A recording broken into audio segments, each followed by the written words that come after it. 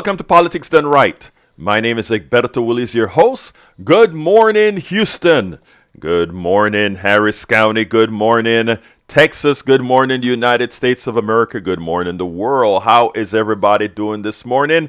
I trust everyone's doing just fine. Well, in the house, we have Jack Van Beber, who's at the controls, pushing all the buttons, making sure everything works. And, of course, Howard at the tower today. Hey, Jack, good morning. How are you doing this morning, sir? I'm doing pretty good, Egberto. You know, I heard you're at the helm. You're the one out there making things happen right now.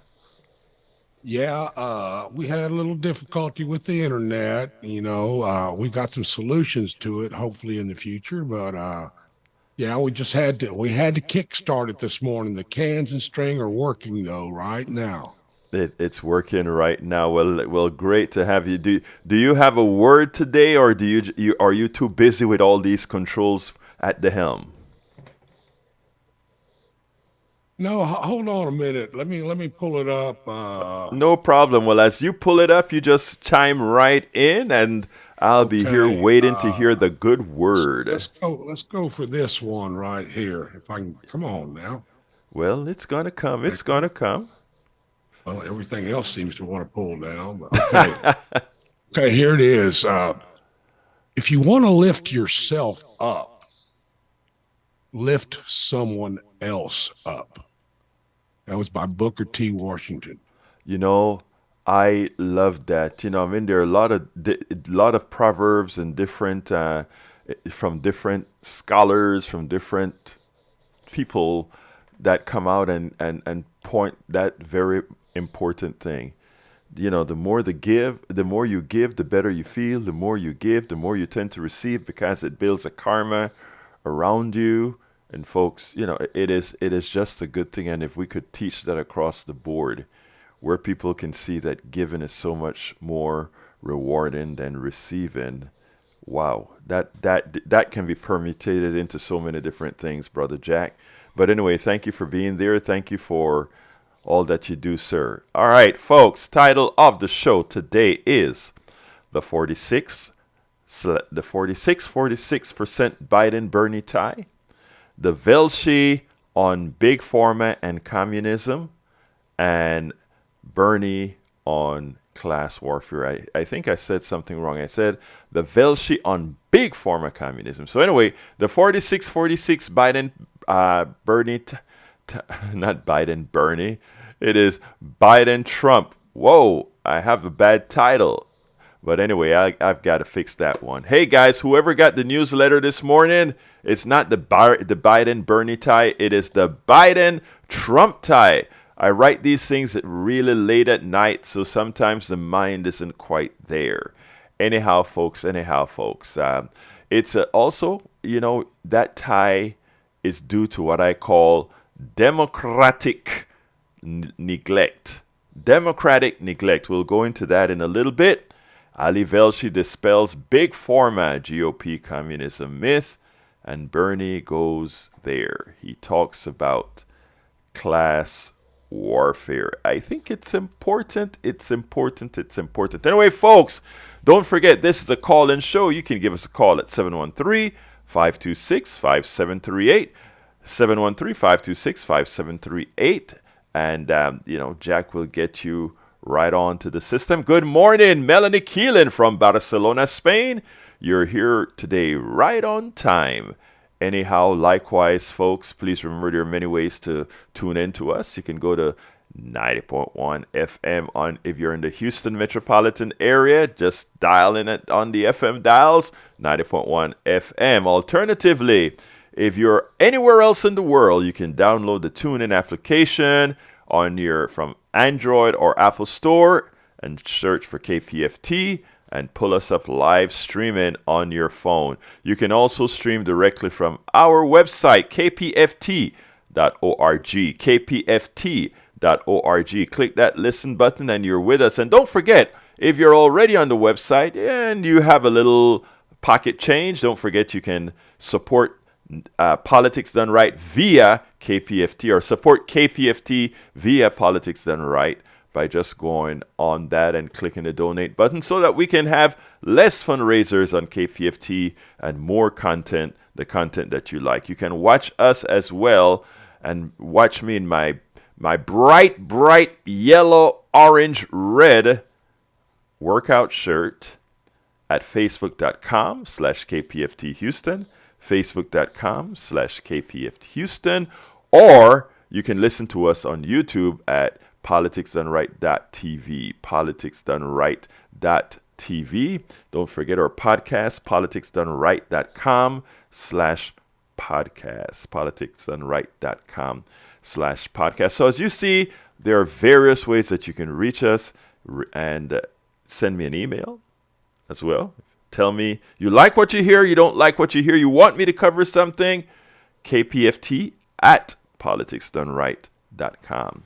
KPFT at politicsdoneright.com. So we're not hiding from you, folks. We want to hear from you. 713-526-5738. Una vez más, 713-526-5738. One more time, 713-526-5738. Anyhow, I want to start the program with Ali Velshi. And the reason I want to start there is as follows. As you know, President Biden decided finally, that we will negotiate with the pharmaceutical companies so that we can get the best price for our drugs. Right now, they just give Medicare a price, and Medicare says, okay, and that is by law. Medicare does not have the right to negotiate. The drug companies made sure of that. But now Biden is saying that makes no sense. We're paying a lot more than Canada, than France, than Germany, than UK for the same exact medicine. In fact, it makes sense many times for people to go across the border in Canada, load up on drugs, come back to the United States and save thousands of dollars because, again, the drug companies see it fit to rip us off, right? And what's hurtful is the people who did not invest in the development of these drugs. We're Canada, UK, Germany, France, Switzerland, all these countries that buy from our big pharma companies.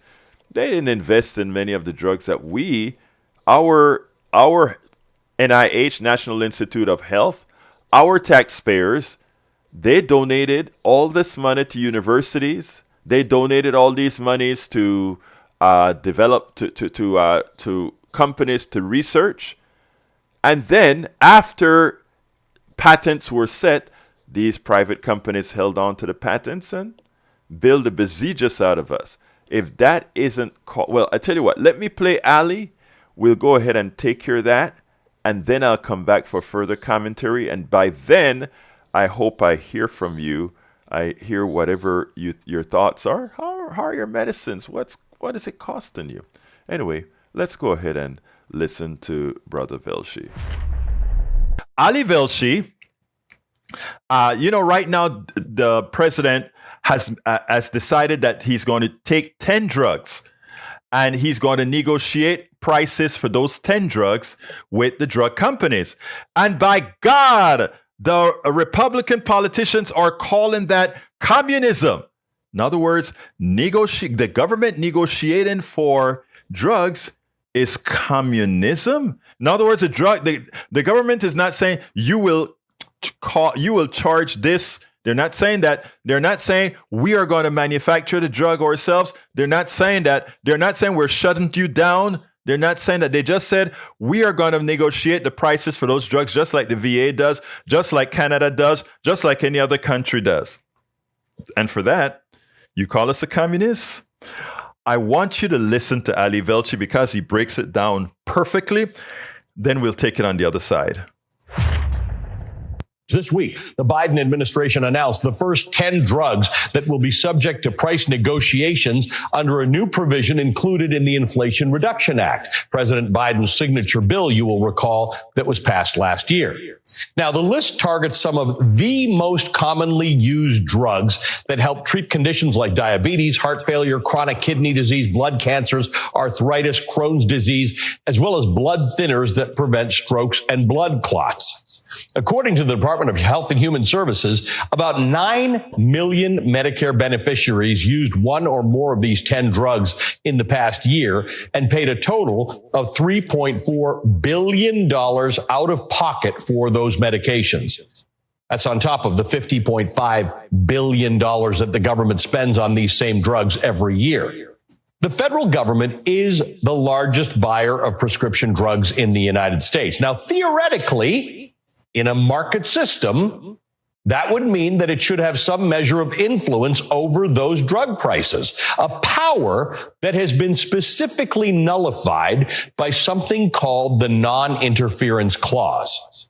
Back in 2003, when Congress and President George W. Bush passed the prescription drug benefit to Medicare, Republicans, no doubt at the behest of the powerful pharmaceutical lobby, added something called the non-interference clause, which prevented the government, which, as I said, is the single largest buyer of prescription drugs in the country, from negotiating drug prices directly with pharmaceutical companies. In some cases, that has resulted in Americans paying double or triple the same amount for the same exact drug as people in other developed nations pay, precisely because many other governments didn't give away their seat at the bargaining table like America did. Lower drug prices means lower premiums and lower out-of-pocket costs for those on Medicare, as well as less money out of taxpayers' pockets, including if you never used any of these drugs. This one change in federal policy is a big deal because it has the opportunity to fundamentally change prescription drug pricing in the United States to the benefit of millions of Americans. But it wouldn't seem that way if you were only paying attention to Republicans' reactions to it this week. Some Congress members, including Senator Marsha Blackburn of Tennessee, called the new policy, quote, a socialist price-setting program. Meanwhile, former United States ambassador and presidential candidate Nikki Haley went as far as to call the entire Inflation Reduction Act, quote, a communist manifesto. So let's get one thing clear. This policy is less like communism and more like Costco. Like Costco, Medicare now has the ability to purchase products from a manufacturer and bargain down the price so that in turn it can offer those products to its members at lower prices. Drug manufacturers can opt in or opt out. And likewise, nothing prevents consumers from shopping elsewhere to buy the same or similar products at a lower cost or a higher cost. The free market doesn't mean that manufacturers can set whatever price they want. More choices mean that consumers have more buying power. That is actually what capitalism is. This is capitalism working as it should. Under communism, there would be no negotiation at all. There wouldn't be anyone for the government to negotiate with because under communism, private businesses would cease to exist. Communism is a political and economic ideology that promotes a society in which all property and wealth is communally owned. To live under communism is to relinquish every aspect of your life to the government. Goods and services are rationed out from food, housing, toilet paper, even electricity. Citizens are expected to devote their lives in service of the government and its ideology and to glorify the military and its leaders. There are few communist nations today because it is a failed and despised ideology, and rightly so. But calling politicians communist has become easier to dismiss in this political climate because it's become so normalized, particularly by the Republican presidential frontrunner, the failed former president Donald Trump, who uses the terms socialist, Marxist, and communist freely and interchangeably. They're catch-all words that some Republicans have become much more comfortable using to signal that a certain political opponent or policy is bad without having to actually explain why or how they're bad or what you do in their place. Nikki Haley's presidential team has taken this one to the next level. They've been targeting Democrats that they think are, quote, soft on China by posting a series of communist-style images complete with the hammer and sickle titled Comrades of the Week. The images are so far beyond the pale. People throughout this country have been punished, they've been imprisoned, and they have been killed for the mere suggestion or suspicion that they were a communist sympathizer. Nikki Haley, like everyone else, has the right to disagree with her fellow politicians and their policies, but not if she's going to use dangerous and fear-mongering rhetoric. Be honest. Debate the policies based on their merits. Don't call people communists. Don't call things communist that aren't. You know, and I can tell you, Ali Velshi is a true capitalist. He believes in good regulated capitalism. And, you know, when does regulated capitalism become something else? That's where I'm at. I am not at all. I mean, Ali Velshi is, you know, he's a part of the business community, etc. But he believes in honesty in capitalism, honesty in business. I am I'm to the left of that in this regards.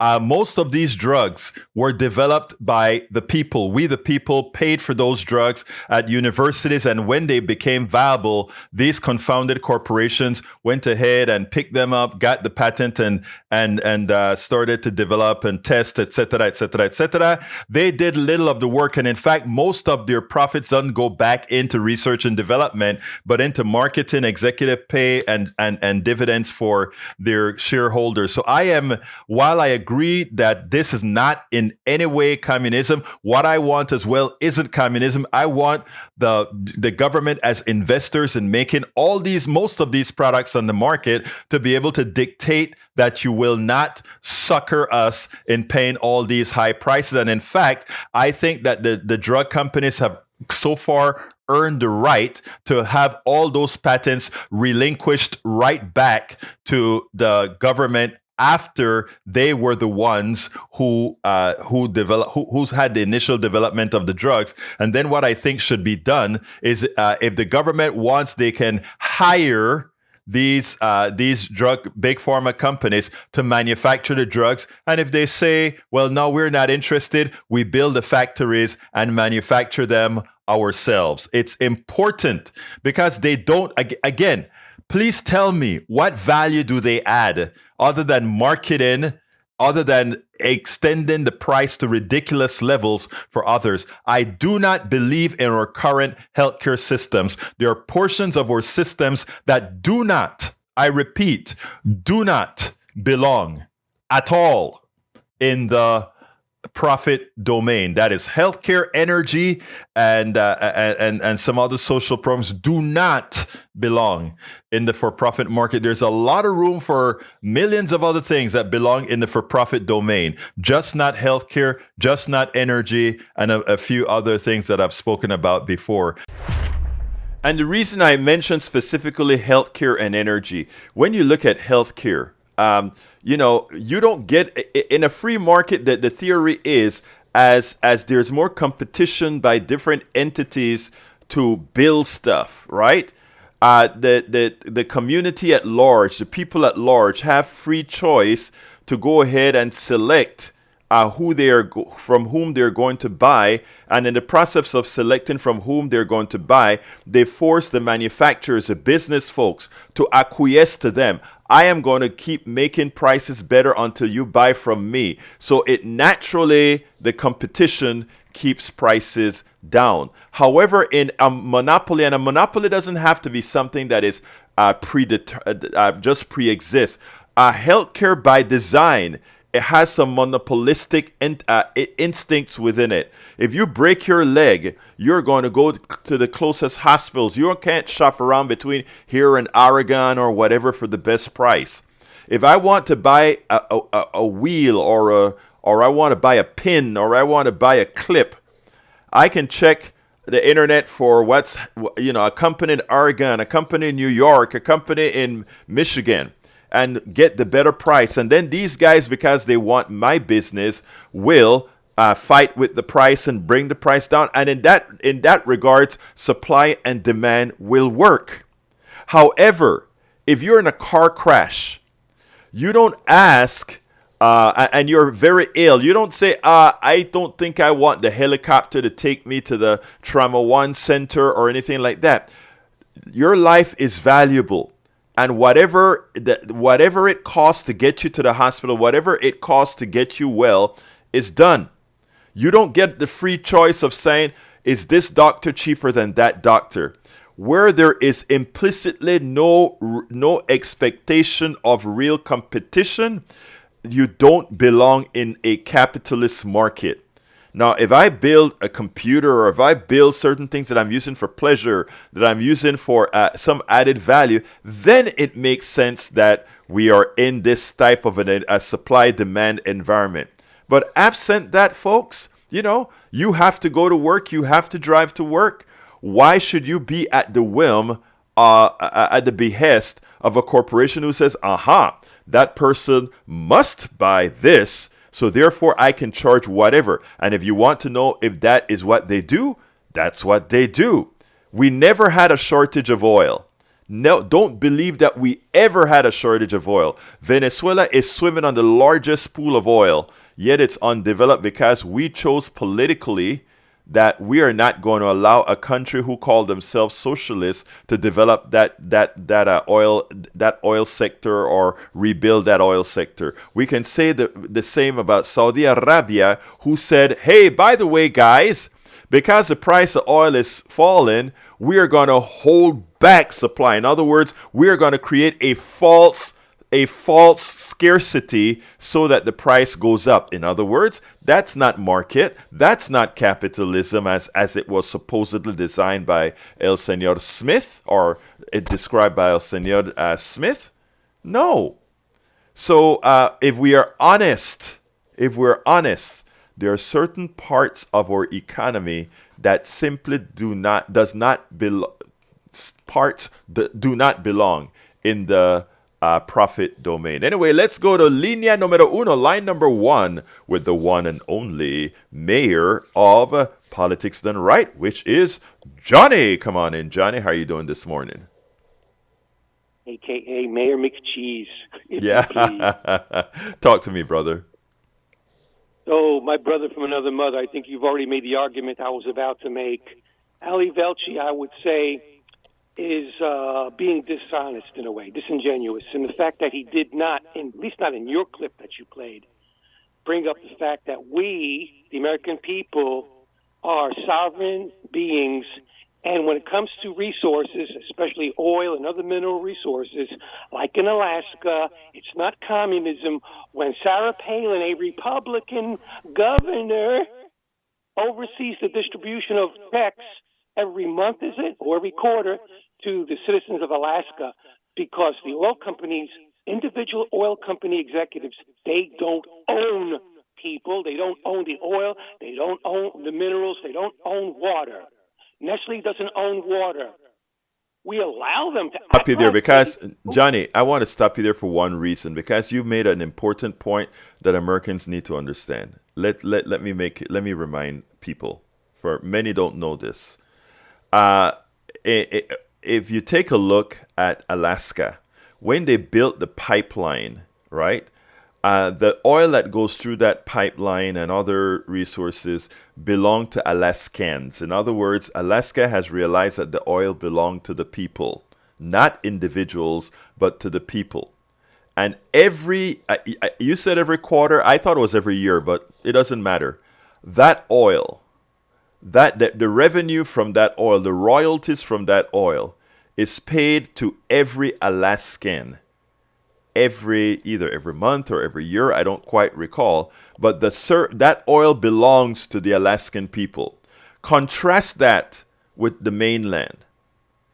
The oil that's discovered on public lands, that oil should pretty much the same thing that is happening in Alaska should happen to all the people in the country, because when you drill on public land and you have minerals, the profits from all that minerals after expenses rightfully should belong to the people of America. The land belongs to the people of America. Again, these are public lands. Now, I have an issue with private land as well, but that opens another can of worms I'm not going to discuss right now. Anyway, continue, Johnny, but it's important for people to understand. In Alaska, a state controlled by Republicans, every Alaskan get a check from the profits of the oil in Alaska on public lands. We have public lands in the United States that drillers drill and get oil. The American people don't get a check from that oil like the Alaskan people do. All right? The Alaskans, that state of Alaska, they get paid for their oil. Americans on the south of Alaska on public lands do not get paid for that oil. Continue, my dear brother Johnny. The mindset that rules the people that are mercenary, unfettered capitalists. These guys, whether they on the oil industry or they're Nestle and they take water that doesn't belong to them and put it in plastic bottles that degrade, or whether they operate hospital chains that deliver health care for a profit. The mindset of all these individuals is that everything has to be privatized and profitized. Look at what they're doing to the United States postal system. Right. There's a fantastic documentary playing right now on our media ally sister, Free Speech TV. And if you watch that, you will be angry. If you're not angry already, you will be. And Let me stop you there, because a lot of people don't understand that either. And Johnny, you are bringing up some great topics. We're going to go a little bit away from pharma folks to address what Johnny just brought in, which is very important. The postal system is really one of the most efficient portions of our government. It's not. It's a quasi-government because it's an agency of the United States government. It's one of the most efficient way of delivering mail and packages. Now, in order to make it seem less efficient from a monetary standpoint, what your Congress did as a favor to UPS, as a favor to FedEx and all these other carriers, is unlike any private company, they forced them to pay ahead. I think it was 75 years or 100 years in the future for the retirement of their employees. And you know, the Postal Service have 300 something thousand employees. So it gave the impression, because they had to populate this fund over a certain amount of years, this retirement fund over a certain amount of years, it gave the false impression that the Postal Service was not profitable. In fact, it is profitable. In fact, it is much more efficient than UPS, much more efficient than FedEx. And in fact, FedEx and UPS uses the postal services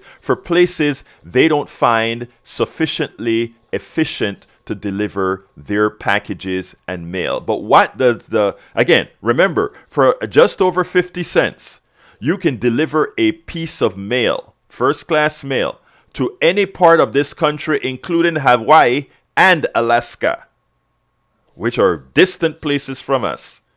The Postal Service will do that for you for 50 something cents. You can't even send something across the city with FedEx in a letter form for under $5. But that is what the idea. The idea is they want to cripple. They can't get rid of the Postal Service because it's decreed within the Constitution, but they want to weaken it, likely so that eventually a lot of the services of the Postal Service will be relegated towards the private shipping companies, which cannot deliver packages at the price the United States Postal Service can. So people, whenever you hear the attacks, whenever you go into a postal service and you and you get mad because the person wasn't as kind at the storefront and you want to attack the postal service, remember the discount you are getting when you use the postal service versus any of the carriers, which cost you far much more. And again, this is the private sector using you simply as a cost center, these particular shipping companies. Go ahead, Johnny. I just wanted to make sure we got that entire story out. Continue, my brother. Well, there's a lot more to that story, but not to take up too much time. Briefly, in the dead of night, literally, like at 11 o'clock at night or 12 midnight, the Republicans back in 2006, in November or December of that year, they put the final nail in the coffin, if you will, the financial nail, with the Florida senator what's his face, whose name escapes me right now. Yeah, Scott. No, it wasn't Scott, though. Go ahead. I said Scott, but I don't think it was Scott then. Go ahead. No, not Scott, the other one, the dark-haired one. Yeah. The one that's traded to his Latina people. Right, right. Anyway, with the help of certain conservative Democrats, they finally put this rider in that they thought no one would see, and no one did see apparently, making it legal, a requirement for the United States Postal Service to fork over, was it $5 million or $5 billion Billion, yeah, in a row to supposedly finance the health retirement benefit. That is what I said in the beginning. That's what I was saying in the beginning, Johnny. Yeah, the health retirement, not retirement, but the health Right. care benefit. Employees not even yet born for another 75 years. These Republicans, they don't care about that. They've got a big pool of money sitting in the bank right now, and they're salivating at the point of getting that. They've already sold off a bunch of post office buildings, by the way. And before this happened, in 2006 under Bush, decade or two early to that, they removed the status of the United States Postal Service from a cabinet level position, basically forcing it to become a private business. The Republicans said, oh, it's a business, don't you forget.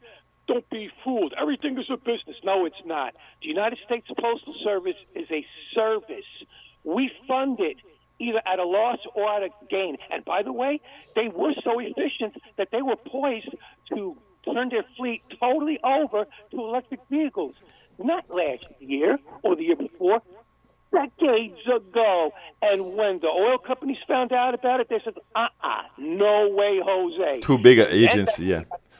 But, Johnny, I need to run to tag, but I want to those that are listening to hear, and thank you for bringing those subjects up, because these are the things that aren't getting covered on standard media in any extended way that needs to be. So you triggering us to discuss this is very important. Give me a quick closer before I jump over, go to I am tag. very triggered right now. One last piece that I want to Yeah. tie in, the ridiculous waiting period for drug negotiation prices. Remember yesterday I had a brain Right. fart. You did say it.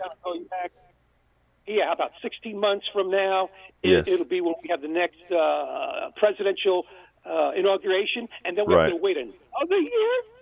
And you know, Right. in that time, what you're doing is it's a delay tactic, just like Donald Trump delay tactics. That's what they do, and they're going to hope that people forget about it. And then when you least expect it, they'll just file some kind of illegal lawsuit against whoever's the Right. administration. Okay, Johnny, you're correct. And by the way, there a lawsuit has already been filed. So yeah. So anyway, thank you, Johnny, the mayor of Politics Done Right. We'll talk mañana. Let's go ahead and go to Brother Tag. Morning, Ty- Alberto. Good morning, sir. How are you doing? Good. Quick word about this. What got me going is Nikki Haley's comment about, communism and the government controlling the means of production, and how socialism is, our business, especially the prescription drug companies, are on socialism. They're socialist companies because Yes, they are. depend on the government to make their profits. Yes, they do. The government just goes along with it. Well, here's the thing that gets me is that without government funding, these companies wouldn't be near as profitable, and so they would have to work a lot harder to be able to make their money. And an example of that is that when they get their patents and whatever from these colleges, our colleges are going broke because the colleges don't get the benefits of those discoveries that they make. Exactly. So all around, our businesses, especially the drug companies, are using the American public. It's just a terrible situation. But we have to, the reason why this can occur, Tag, I want to interrupt you for this. The reason why this can occur, Tag, is because most Americans don't know that, so they can believe the propaganda that's coming from the plutocrats, from the corporatists. They believe the propaganda. I mean, I have Eric Hayes on welcome Eric Hayes to Politics Done Right. He makes a statement: framers wanted limited government. I want to say one thing. So what if the framers wanted limited government? So what if the framers wanted limited government? The framers are dead. Suppose most Americans now want a more involved government that makes sense. You know, I'm tired of hearing people's, well, these guys back in 1776, they wanted limited government. So what? They're not living now. The American people are living now. The needs of the American people have changed over the last 300 years.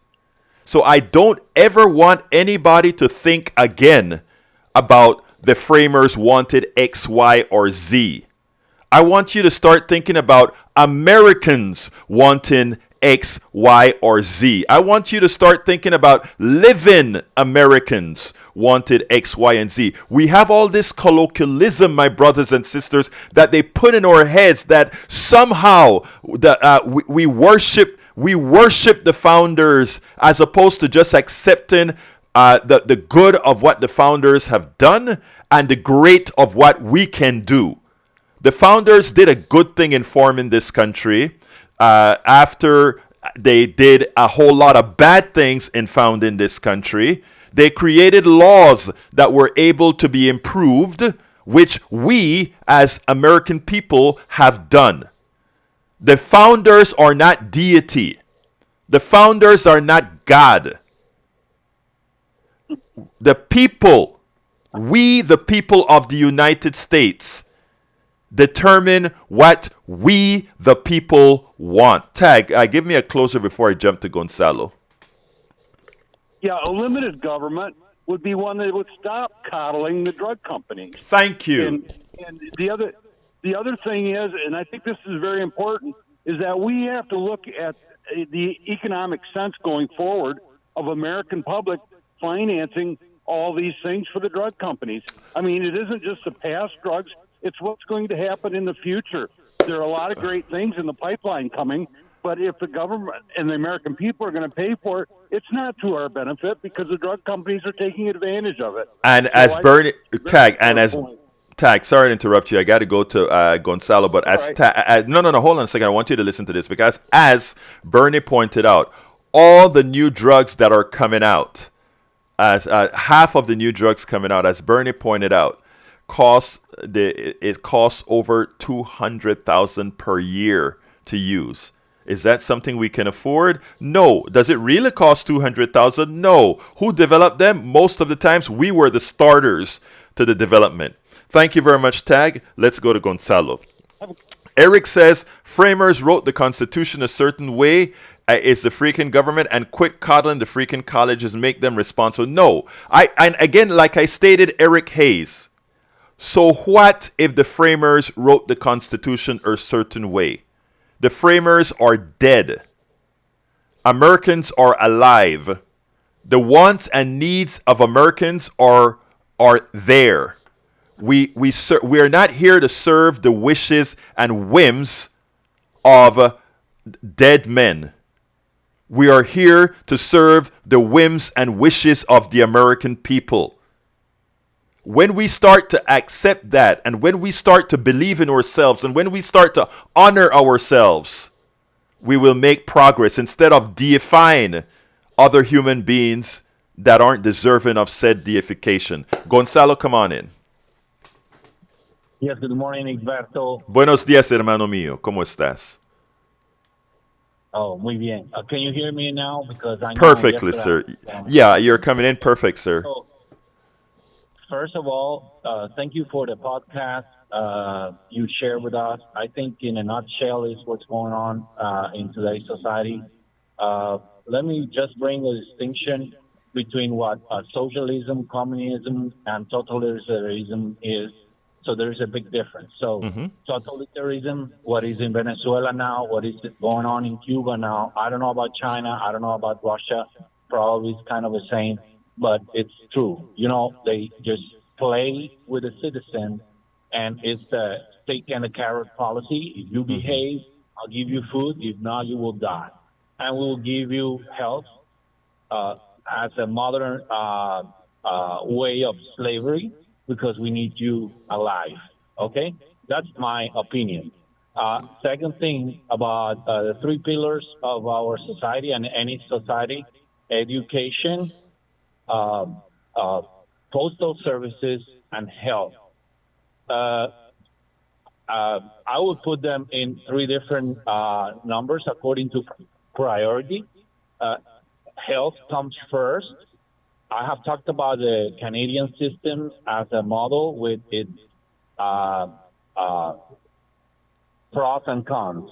I think it's hard to get to those standards here because of private companies own most of the health system, and I don't think the government is capable to change that. About education, and that's something that I learned yesterday about HISD.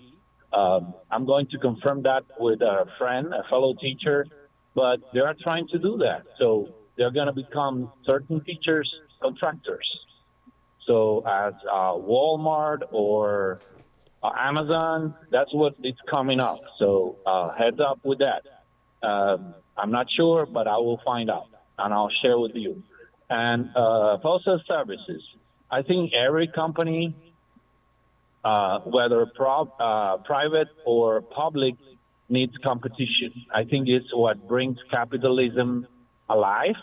And in the podcast, it's clearly explained. So capitalism needs competitors, whether from the public or private sector. And that's all I want to say today. Gonzalo, first of all, thank you for that enlightened commentary, and I agree with you on Cuba and on what Cuba and Venezuela has become. I cannot dispute that at all. Now, the part that I always dispute with both Ali Velshi and others as well is when they don't make the distinction between capitalism and free enterprise. I believe 100% in free enterprise, and I believe in a strong social safety net. Capitalism is an indirection, in my humble opinion. Well, actually, it's a fact, really. It is an indirection, and let me explain this to folks that are listening. And then, Ted, I'm coming to you after. When I talk about capitalism being an indirection, capital is a word in capitalism, which is what matters, capital. So everything is capitalized. You have a company that is broke up into pieces of capital, and those pieces of capital are sold. As those pieces of capital are sold to different entities, the people who own capital, the people far disassociated from the work that actually done. When Exxon has a whole lot of stocks that a lot of people that have nothing to do with oil buy and sell, it disassociates them from the actual work of doing oil, which means they don't care about all the intricacies of people getting hurt in the oil field. They don't care about the intricacies of pollution, etc. They are disassociated from it. They just see capital as being the entity. That type of a business model, in my humble opinion, is the reason that the world is in the state that it's in. Free enterprise is completely different. You have the freedom to create and all these things that you want to do, but then you are regulated to make sure you can do no harm. There's a big difference, and what happens in my humble opinion in schools is we do a poor job because we are indoctrinated from our birth that somehow we must call ourselves capitalists instead of free enterprisers.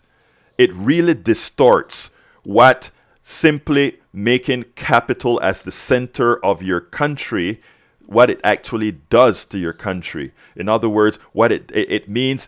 Capital over humanity. A slave was capital. That's why it lasted so long. The employee is a cog within capitalism. That's why they have so little value. If we change to free enterprise, it would mean something completely different than the way we're running right now. But anyway, Gonzalo, thank you so kindly for bringing that up and giving me the opportunity to expand on that, sir. Okay, last but not least, I like your comments about Alaska. I think that's a very good way to share the wealth and the resources. And why don't we become a country like the ones in Europe? Do they have Norway. Yeah. social? Norway. Well, yeah. Norway has the North Sea oil that is very well distributed. Go ahead, sir. Yeah, and they have good health services and good education. We can, yes, with the power we have, with the resources, what we need is just different type of management. Exactly. But here's the thing, Gonzalo, and Ted, I'm coming to you next. Here's the thing, Gonzalo. Americans have to be educated to the way things really work. And right now, our oligarchy, our plutocracy, our corporatists, they are ensuring they want to keep us dumb. That's their goal, because if we're dumb, they can use all these words. Hey, he's a socialist, he's a communist, he's a this. And then you sit down and you hold back. Oh, I can't say that or whatever because I don't quite understand. So programs like what we want to do here at Politics Done Right and many other programs doing this sort of thing is we have the corporate media is not going to do it because they're not allowed to. We can. And that's why we also ask people, hey, make sure and keep places like KPFT and other, blogs funded because we can do this. Hey, Gonzalo, muchas gracias por la llamada, hermano mío. Okay, thank you. Have a blessed day. You too, sir. All right, let's go to Ted. Come on in, Ted. Hey, what's going on? I'm doing fine, my brother. Talk to me. I'm here. Yeah, listen, I just wanted to make a brief comment. Yes. One thing is about the Founding Fathers is that when they said limited government, they wanted limited government over your belief systems and your way of life, not so much over government services. Mm-hmm. So it's a real distortion. They wanted you, Europe at that time had gone through these horrible religious wars, Mm-hmm. where everybody was killing everybody because they weren't Catholic or they weren't Protestant or whatever. And of course, my God, really hurt to be Jewish. At any rate, so when they say limited government, they're saying limited government over your personal lives, over, who you have sex with and,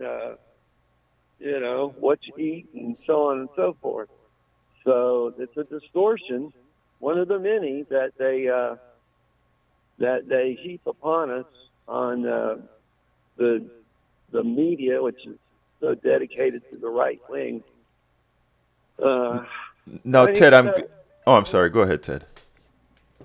I think that's about my comment. I mean, well, let me just tell you, Ted, I'm glad that you mentioned that. But like I mentioned earlier, and I want people to take heed to this. This is no disrespect to the founders of the country or anything like that. But again, I think we must be honest. The founders have no idea of the current issues that we have today. We must change to represent the issues and the problems we have today. And just simply saying the founders would not have wanted this or the founders didn't mean this I don't care. I just want to solve problems to help Americans. That's it. I don't care what the founders would have thought, what they would have believed or whatever, because if I sit down and worry too much, I'm a black Latino, brother. If I sit down too much about what the founders thought or believed, as far as I'm concerned, they compromised the holy hell out of me. I was 3/5 of a person. So don't ask me to sit down and just keep saying, the founding fathers said this and the founding fathers said that. No, I care about all Americans. Every single American is my brother and sister. That is what we should be thinking. And I want what's good for every single one of our brothers and sisters in America. And by the way, that's not to discount what you said, which is absolutely correct. I would argue that the structure they laid down was was really revolutionary, and it remains revolutionary. And so they didn't even live up to, and granted, they didn't live up to their own. I won't discount that at all. I will not disagree with you at all. Like I said, the great thing about the Constitution, my brother, was that elastic clause. Having an elastic clause within your Constitution, which means we can change to make things better. You're absolutely right, sir. And that was in effect. I would definitely like get rid of the Second Amendment or modify it. Well, remember that was an amendment. But then again, for the Constitution to make sense, it needed a lot of amendments. And in fact, we're up to 28, going to on 28 right now. So that tells you its fungibility and its necessary fungibility. Thank you very much for calling in, Ted. You allowed us to get quite a bit smarter. Thank you. Thank you. All right, brother. All right, let's go to Peter, and we're going to have to speed up a little bit now because we're coming close on time. Folks, by the way, I want you to realize that I didn't cover two of the subjects that I am supposed to cover. Please go to politicsdoneright.com/newsletter. The videos and the links for all of that is in the newsletter, politicsdoneright.com/newsletter. Come on in, Peter. That's right. Chance to grow your brain, and happy hump day, Egberto, and so good to be with you and the Politics Done Right family. Thank you, my brother. Here with you guys today.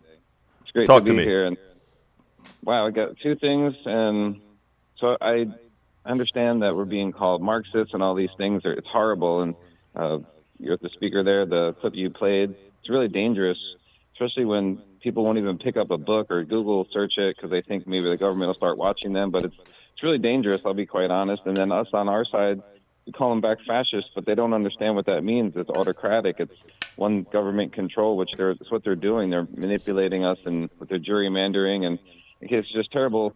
But really what I'd love to talk about, Egberto, is how we can maybe reframe it. So maybe these right-wingers who are just really hate-filled, in my opinion, are just filled with hate. It's overflowing from them, and it spews like Nikki Haley. We hear it. It's disgusting. But really, we should just break it down. Like maybe they understand Limbaugh, so I'll just call them Limbauhism. Like it's Limbauhism because it's everything that should be right is now wrong. So it's just, and then I'll just call them a Limbaugist. So they're Limbauists. Everything that should be right is now wrong to them. So that's point number one. Let's just rebrand how we're speaking to them, because if we call them, when they call us names, let's just call them back but something that they understand. So hey, Limbaugist, and then maybe they'll get it. Like a guy bloviating who just speaks, just tries to just annoy people, and that's what they are. They're they don't have anything to back up what they're saying. Because Peter, I got to you got 30 seconds because I got to get to Derek. But come on in, my brother. And that last thing, yeah. So thank you so much for talking about the Medicaid and allowing the government to negotiate those prices. I love that. And just imagine if we add cannabis into that equation, like how much that will help us heal. So people who are going through chemotherapy, you don't need chemotherapy. You just need radiation, and you need cannabis. So I wish that would, that's my prayer. Like I am into legalization as well, sir. So thank you, Peter, for calling in, and thank you for always being a listener, my brother. You have a wonderful rest of your day, and I think you're a teacher, right? That's right. I'm here. Like my well, brain look, is I just wanted to say, I simply love the work that teachers are doing. So thank you for doing that. Anyhow, let's go to Derek. Derek, come on in. Derek, you're on. Hey, good morning, Berto. Good morning, sir. I'm an educator as well, sir. I appreciate you, sir. Yes, sir. I like what you said about I'm not caring about what the founding fathers said, because the founding fathers never lived this reality. What I'm interested in is the truth and being fair with everybody, which America still to this very day have not been able to do. Unfortunately, you still got one side, you got the have and have not, and it still exists to this very day, even from the time of the founding fathers. The same thing, bro. I mean, you have land, those are landowners. And it is something that these laws still have a tendency to favor the wealthy from the non-wealthy, because if you really want America to really be equal then let's share in the economic wealth, of which they still not doing, Alberto, because isn't it something that in the stock market, before you can afford to even get those, when you go into the IPOs, you Right. got to have it about $250,000 Brother. to get the stock for $1 or something per share. Brother, let me tell you something. You know, you hit the nail on the head, both on the land owning issue and on being able to get into the capital, the initiation into the capital markets where you can really make a profit. People would say, well, you can always go to a discount broker. Why the hell do I need a discount broker in the first place? It's a pay to play system. And when you spoke about land, my wife and daughter have been watching a series called Yellowstone. Somebody who owns over 200,000 acres of land, and it's it's not at all different than the big ranch in South Texas of hundreds of thousands of acres of land. How the hell did you get all that land? You know, if you hadn't taken it from somebody else, and then you make the profit on it. It's amazing, brother. Look, we're running out of time, Derek. So give me like a 15-second closer because I got to wrap this up. Oh no, bro, you said it all, man. The thing is that if you're gonna be fair, then be fair across the board. But I think, Alberto, they're too far gone, and that's the reason why the system is crumbling right up under their feet. I want to stop you right there, brother Derek. I want to stop you right there. Mm-hmm. Let's not ever say the system is too far gone. We can create alliances among all of us to take this system back from those. Well, I should say not take it back, but but it takes us realizing that we are all in the same pot together. We can't allow them to divide us. That was my point, bro.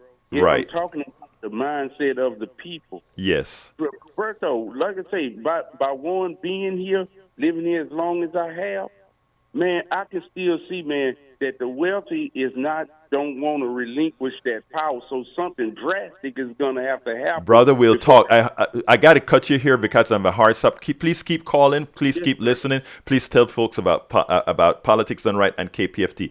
Thank you, my brother, Derek. All right, let me throw this reel back to the studio real quick to get some final words from Howard and Jack.